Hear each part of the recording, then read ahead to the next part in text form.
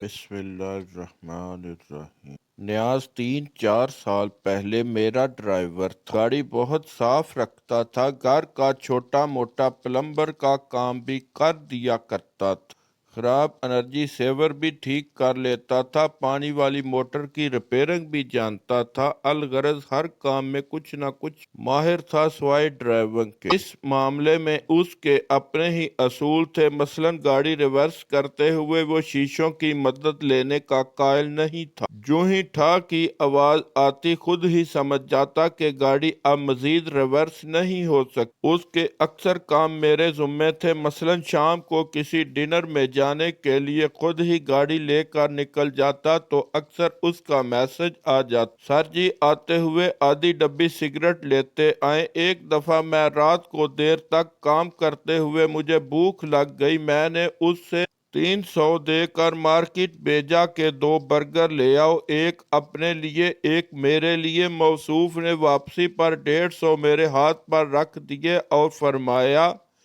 اس کے پاس صرف ایک ہی برگر بچا تھا، آپ کا نہیں ملا۔ نیاز کو بلا وجہ ہارن بجانے کی بیماری تھی۔ ایک دفعہ مجھے شک گزرا کہ اس نے کافی دنوں سے گاڑی کا انجن آئل تبدیل نہیں کی۔ میں نے کہا ذرا بونٹ کھولو، اس نے فوراً ڈرائیونگ سیٹ سنبھالی اور بونٹ کا بٹن کھینچ دیا۔ میں نے آئل چیک کیا، واقعی بدلنے والا ہو گیا تھا۔ اتنے میں اس نے ہارن پر ہاتھ مارا، ایک تو بونٹ کھلا ہوا تھا، اوپر سے میں لگ بھگ ہارن کے اوپر جھکا ہوا تھا۔ پاس کی آواز آئی اور مجھے یوں لگ جیسے میرے سامنے بلٹ ٹرین آ گئی ہے۔ آنکھوں کے آگے اندھیرا آ گیا اور کان بند ہو گئے۔ میں نے کربناک چیخ ماری اور چکر کھا کر پوری ذمہ داری سے وہیں ڈیر ہو گیا۔ نیاز بکھلا کر باہر نکلا اور جلدی سے مجھے اٹھایا۔ میں نے آدھی کھلی آنکھ سے نیاز کو دیکھا اور لڑکھڑاتی ہوئی آواز میں پوچھا میں کہاں ہوں؟ نیاز سمجھ گیا کہ میں ہوش میں نہیں ہوں۔ اس نے آؤ دیکھا نہ تاؤ بونٹ سے ریڈیٹر والی پانی کی بوتل کا ڈھکن کھولا اور میرے منہ پر چھینٹے مار۔ ہوش بحال ہوتے ہی میں اس پر برس پڑا کہ گراج میں کھڑی گاڑی کا ہارن بجانے کی کیا تک ہے۔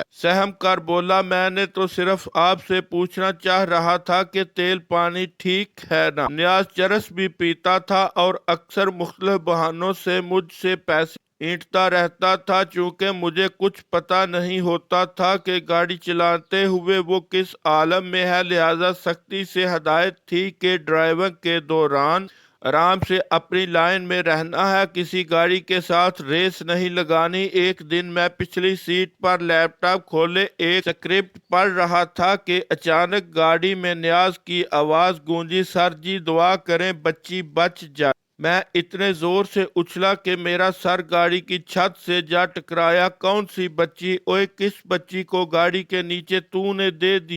نیاز نے فوراً تسلی دی، نہیں صاحب جی اپنی بچی کی بات کر رہا ہوں۔ میں چونک اٹھا، کیا ہوا تمہاری بچی کو؟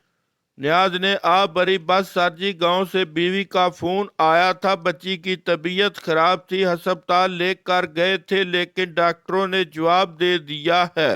یہ سنتے ہی میں سکتے میں آ گیا۔ اگرچہ اس سے پہلے نیاز کئی دفعہ بچی کے علاج کے نام پر پیسے لے بیچنے کی بجائے جوئے میں لٹا چکا تھا، لیکن بہرحال وہ باپ تھا اور ایک باپ اپنی بچی کے بارے میں اتنا بڑا جھوٹ نہیں بول سکتا تھا۔ آفس پہنچ کر میں نے کچھ سوچا اور نیاز کے چھوٹے بھائی سعید کا فون ملایا۔ سعید گاؤں میں ہی رہتا تھا۔ سلام دعا کے بعد میں نے پوچھا کہ تمہارا بڑا بھائی بتا رہا تھا کہ تمہاری بھتیجی کو ڈاکٹروں نے جواب دے دیا ہے۔ سعید خوشی سے بھرپور آواز میں بولا، ہاں جی کل ہی جواب دیا ہے۔ اس کا لہجہ سن کر میں بکھلا گیا، کیا کہا ڈاکٹروں نے؟ دوسری طرف سے آواز آئی، ڈاکٹروں نے کہا ہے کہ یہ اب بالکل ٹھیک ہے، اسے گھر لے جائیں۔ میں نے فوراً فون بند کیا اور غصے سے نیاز کو بلایا۔ نیاز صاحب اندر تشریف لائے اور میرا چہرہ دیکھتے ہی سمجھ گئے کہ کوئی اور جھوٹ پکڑا گیا ہے۔ میں نے اسے بتایا کہ میری اس کے چھوٹے بھائی سے کیا بات ہوئی ہے۔ نیاز نے فوراً دانت نکالے، جی سر جی میں بھی تو یہی بتا رہا تھا کہ ڈاکٹروں نے جواب دے دیا ہے کہ اب علاج کی کوئی ضرورت نہیں، بچی ماشاءاللہ ٹھیک ٹھاک ہے۔ میں نے دانت پیسے اور پاس پڑا ہوا پیپر ویٹ اٹھا کر نیاز کی طرف پھینکا، جو اس نے نہایت مہارت سے کیچ کر کے بڑے ادب سے دوبارہ ٹیبل پر رکھ دیا اور انتہائی مؤدبانہ انداز میں چھلانگ مار کر باہر نکل گیا۔ 2 ہفتوں بعد اس نے بتایا کہ بچی پھر بیمار ہو گئی ہے اور دواؤں کے پیسے نہیں ہیں۔ میں نے پوچھا کتنے کی دوائیں آئیں گی؟ جٹ سے بولا 2000 کی۔ میں نے سر ہلایا۔ ٹھیک ہے، تم ایسا کرو، اپنی بیوی سے دوائیاں پوچھو، میں یہیں سے کورئر کروا دیتا ہوں، کل مل جائیں گی۔ نیاز نے کنپٹی کھچائی۔ میری بیوی تو ان پڑھ ہے۔ میں نے دوسرا حل پیش کیا، چلو پھر ایسا کرو کہ اس سے کہو میڈیکل سٹور والے کے پاس نسخہ لے کر جائے، مجھ سے بات کروا دے۔ نیاز نے کن پٹی پر آیا ہوا پسینہ صاف کیا اور اٹکتے ہوئے بولا، سر جی میڈیکل سٹور تو شہر میں ہے اور ہمارا گاؤں شہر سے 20 میل دور ہے۔ میں نے غور کیا اور تیسرا حل پیش کیا، اوکے، بیوی سے کہو گاؤں میں کسی پڑھے لکھے کے پاس چلی جائے اور میری بات کروا دے، میں اس سے دوائیوں کے نام پوچھ لوں گا۔ نیاز اس حملے کے لیے تیار نہیں تھا، لہذا جلدی سے بولا، اچھا جی۔ شام کو دفتر سے واپسی پر اچانک مجھے صبح والی بات یاد آئی۔ میں نے پوچھا، نیاز تم نے بیوی کو فون کیا تھا؟ آپ بھر کر بولا، ہاں جی، وہ گئی تھی گاؤں کے پڑھے لکھے لوگوں کے پاس، لیکن وہ سب کہتے ہیں کہ ہم کیوں تمہیں نسخہ پڑھ کر بتائیں۔ نیاز کا جواب سن کر حیرت سے میری آنکھیں پھیل گئیں۔ نیاز، گاؤں میں تم ایسا کیا کر کے آئے ہو کہ لوگ تمہارے کاغذ کا ایک ٹکڑا تک پڑھنے کو تیار نہیں؟ نیاز نے کائنات کا عجیب و غریب جواب دیا، سر جی غریب کا نسخہ کون پڑھتا ہے؟